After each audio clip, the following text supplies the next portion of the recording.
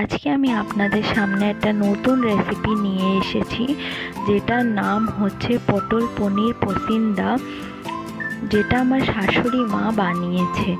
চলুন আপনাদের বলি মা কি করে বানিয়েছে।